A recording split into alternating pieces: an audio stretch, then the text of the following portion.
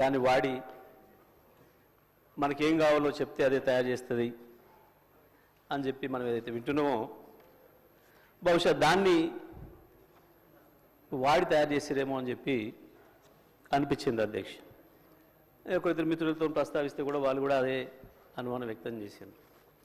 వాస్తవానికి అధ్యక్ష, ఒక రాష్ట్ర ప్రభుత్వం బడ్జెట్ ప్రవేశపెట్టే ముందు ఉభయ సభల్ని ఉద్దేశించి గవర్నర్ గారు చేసే ప్రసంగం ఏదైతే ఉందో ఆ ప్రసంగం ఎంత గొప్పగా ఉండాలి, ఎంత వాస్తవాలతో కూడుకొని ఉండాలి,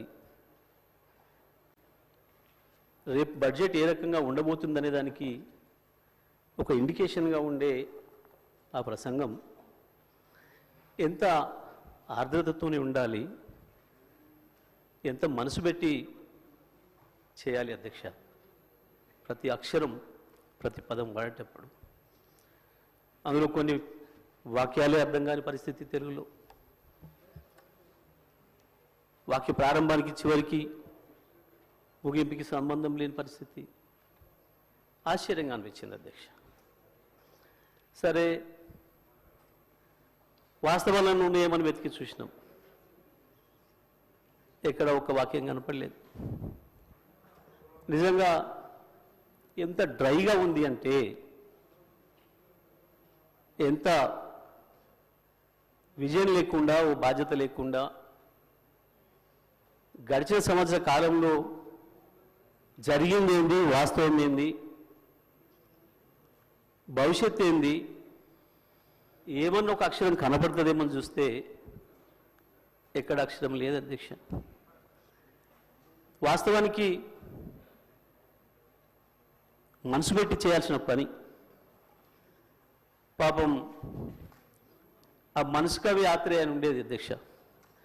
ఆయన కనుక ఉండుంటే ఇది చూస్తే పాపం ఆత్మహత్య చేసుకునేవాడు. ఇంత మనసు లేకుండా పనిచేస్తాయా ప్రభుత్వాలు, మనుషులు ఇంత దరిద్రంగా ఉంటుందా అని ఆ రకంగా ఉంది అధ్యక్ష. ఇది అధ్యక్ష స్పీకర్ గారు చూసుకుంటారు ఆ విషయం. ఎందుకంటే ఎందుకంత భయపడతారు ఆగరాది? గంట 10 నిమిషాలు మీరు మాట్లాడితే ఒక అక్షరం ఎక్కడి చివరి మాట్లాడలే. అగమాగం కాకుండా మొదలే కాకపోయా, ఎందుకు ఆగమవుతారు అప్పుడే? అయ్యో మొదలే కాకపోయా, ఊరే ఇంకా ఉంది కదా అధ్యక్ష. ఒక గవర్నర్ గారి గురించి మేము విన్నాం. సరే, పార్టీ ఏదున్నా ఎట్లా ఉన్నా గతంలో వారిది ఒక మంచి మనిషి అని, ఒక ఇంటిగ్రిటీ ఉన్న వ్యక్తి అని, గొప్ప చదువుకున్న వ్యక్తి అని. కానీ పాపం వారితోని 36 నిమిషాల్లోనే 360 అవాస్తవాల్ని మాట్లాడొచ్చారు. 36 నిమిషాల్లోనే 36 15 నెలల వాళ్ళ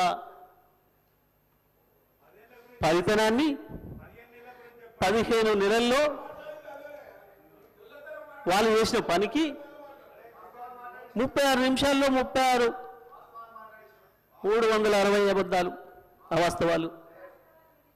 నిజంగా కూడా పాపం గవర్నర్ గారు మనసు ఎంత గించుకుందో వాళ్ళు చదవటానికి. ఇంగ్లీష్లో అర్థమై ఉంటుంది, అధ్యక్ష. నాకు తెలిసి మనస్ఫూర్తిగా చదవలేదు, గవర్నర్ గారు కూడా మనస్ఫూర్తిగా చదివి ఉండరు అధ్యక్ష. అది నాకు తెలిసి ఎట్టి బస్సులో గవర్నర్ గారు మనసుతో మాత్రం చదవలేదు అధ్యక్ష. పాపం చాలా మెకానికల్గా చదివి ఎప్పుడు వెళ్ళిపోదాం అన్నట్టునే పోయారు పాపం అధ్యక్ష. సరే, ఇది ఒకవైపు అధ్యక్ష. నేను చదివిన మిత్రులతో మాట్లాడుతున్నా, దీన్ని ఎక్కడ మొదలు పెట్టాలి, ఎక్కడికి పోవాలి, ఇది నేను ఆలోచన చేస్తూ ఈ మధ్యకాలంలో నేను రైతుగా జరుగుతున్న పరిణామాలు, వ్యవసాయ రంగంలో వస్తున్న పరిస్థితులు, ఎండిపోతున్న పంట పొలాలు, ఎక్కువ తిరుగుతున్నా కాబట్టి అక్కడ రైతుల దగ్గరికి వెళ్తున్నా, రైతులతోనే ఉంటున్నా కాబట్టి ఆ రైతుల్ని కలిసి మధ్యకాలంలో ఎక్కువ మాట్లాడొచ్చు కాబట్టి ఒక్కసారి అదే రైతులతో ఒకసారి మాట్లాడి చూద్దాం. అయా రాష్ట్ర ప్రభుత్వం గవర్నర్ గారి చేత ఈ రకంగా మాట్లాడించింది ఇవాళ. సరే, నేను వచ్చిన ప్రతిసారి మీరు నీళ్ళ గురించి కొట్లాడండి సార్, జర అసెంబ్లీలో మాట్లాడండి సార్ అని అడుగుతున్నారు. నాకు అవకాశం వస్తే మాట్లాడతా అని చెప్పినా, ఇక్కడ మరి స్పీకర్ గారు ఇస్తే కదా మాట్లాడాల్సింది మేమని. సరే, నా అదృష్టం కొద్దీ మా అధ్యక్షుల వారు, మా నాయకులు కేసీఆర్ గారు దీనిపైన నన్నే మాట్లాడమని చెప్పిండ్రు. ధన్యవాదాలు వారికి. మీ ముఖ్యమంత్రి కంటే దూరంగా ఏం లేడు. రెండు కామెంట్స్ బంద్ చేయండి. ఇక మీ ముఖ్యమంత్రి కంటే దగ్గరనే ఉన్నాడు. ఎక్కువ మాట్లాడవద్దు. ఇక నాకు ముందట ఎక్కువ మాట్లాడుకొని మూసుకోండి. అధ్యక్ష, మాట్లాడితే ఆ రైతులకే వినిపిద్దాం ఈ విషయం కూడా అని మొత్తం వినిపించిన అధ్యక్ష తెలుగులా ఫోన్లోనే. నేను మనం పోయినప్పుడు ఒక తండ పోతుంటే ఇటువైపు మళ్ళీ పెద్ద మట్టి గుట్టలు కనబడుతున్నాయి.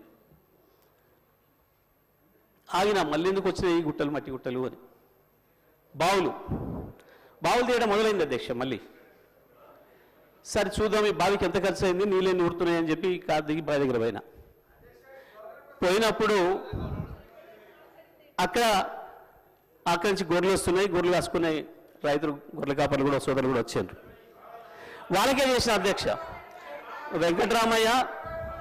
వెంకట్రాములు రాజయ్య ఇద్దరు ఎందుకు రైతుల గురించి అనేది భయపడుతున్నారు? గొర్రె కాపర్లు రైతులనే భయపడుతున్నారు అధ్యక్ష. వాళ్ళకే మాట్లాడిన అధ్యక్ష నేను. ఎందుకంటే ఇది ప్రజలకు సంబంధించిన బడ్జెట్ కాబట్టి ప్రజలతోనే మాట్లాడినా మీలాగా కమిషన్లు ఇచ్చినట్టు మాట్లాడలేదు. నేను రైతులతో మాట్లాడిన అధ్యక్ష. మా వెంకటరామయ్య, మా రాజన్న ఇద్దరికి వినిపించిన, మా రవినాయక్ కూడా వినిపించి ఇది ఏం మాట్లాడలేదు దీని మీద, నేను ఎట్లా అనిపిస్తుంది అని అడిగిన. ఇలా మీకు అర్థం కాదే ఉంది సార్. దీంట్లో మా ఊర్లే వెంకటయ్య అని ఉండే, ఆయన ఊర్లో ఏతుల వెంకటయ్య కూడా అందరూ ఆయన కథ ఉంది ఇలా అన్నారు. ఏం కథ అని అడిగిన. ఏ లేదయ్యా, ఒకరోజు పొద్దున్నే ఆయన భార్య సర్పంచ్ కాడికి వచ్చింది.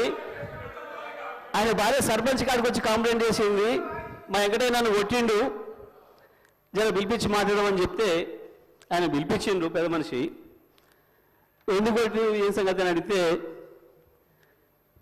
నేను మా అమ్మగారింటికి నువ్వు పాలు వేయద్దు మన అన్నాడు. నేను పోస్తా అన్నా. నువ్వు పాలు వేస్తే ఊరుకోను అన్నాడు.